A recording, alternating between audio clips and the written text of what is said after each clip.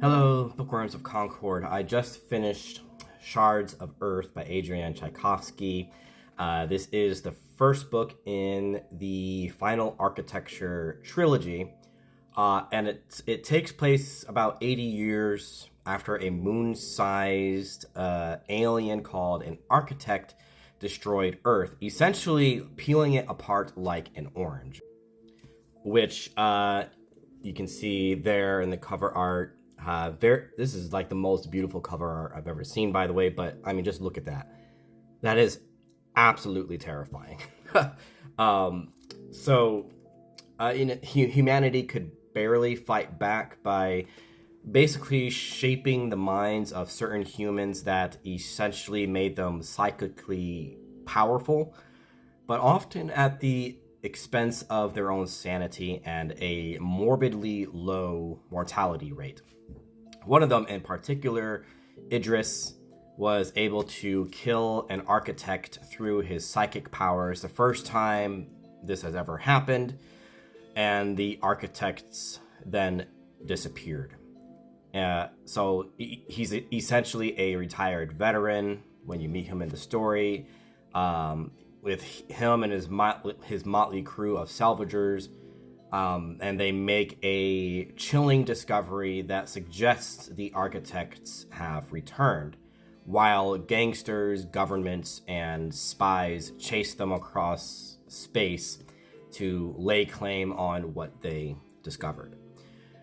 So as a space opera, Tchaikovsky does pretty well with the world building. It's a really interesting universe he's crafted from the various types of aliens who live alongside humanity, and a biologically engineered race of human females who are basically space Amazons.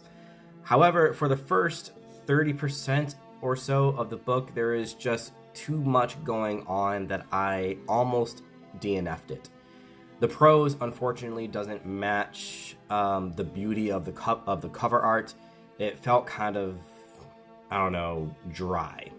I'm not sure how else to put it.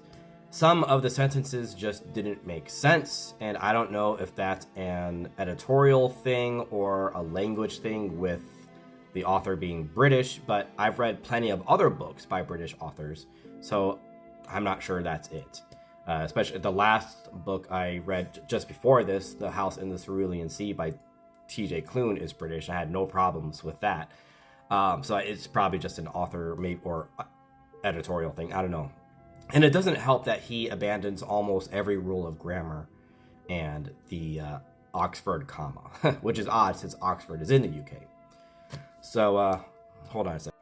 Sorry, if you can't tell, I'm getting over a cold right now, and so I had to cough. Anyway, my main critique is that I found myself not really caring for any of the protagonists, which is a shame because this is clearly a character-driven book. As one reviewer put it that I saw on Goodreads, he said, it seemed like we were on a bunch of random side quests. Yeah, I kept asking myself, where is the story going? And not in a good way.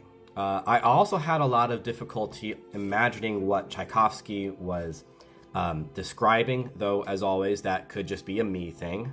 I'm pretty sure it is. Regardless, I found myself confused most of the time, and it wasn't until about halfway through the book that I felt like things were finally interesting. But it shouldn't take that long for a story to finally catch on. It also doesn't help that one of the protagonists, Ali, is absolutely insufferable. That's all I'll say about her. Another thing, too, is that whenever a book makes use of a lot of French colloquialisms, it's an immediate turnoff for me, because I have no idea how to pronounce French, because it's such a weird language to me, and I don't want to set aside the time to look it up. And one of the languages in this book uses quite a bit of French colloquialisms, and this is coming from someone who likes learning new languages.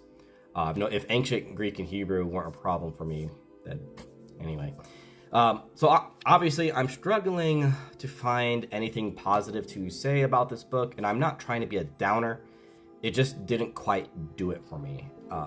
and I know I'm not the only one. I did find the architects, though, fascinating, and I was always eager to find out more about them, which is funny because, you know, they're the bad guys.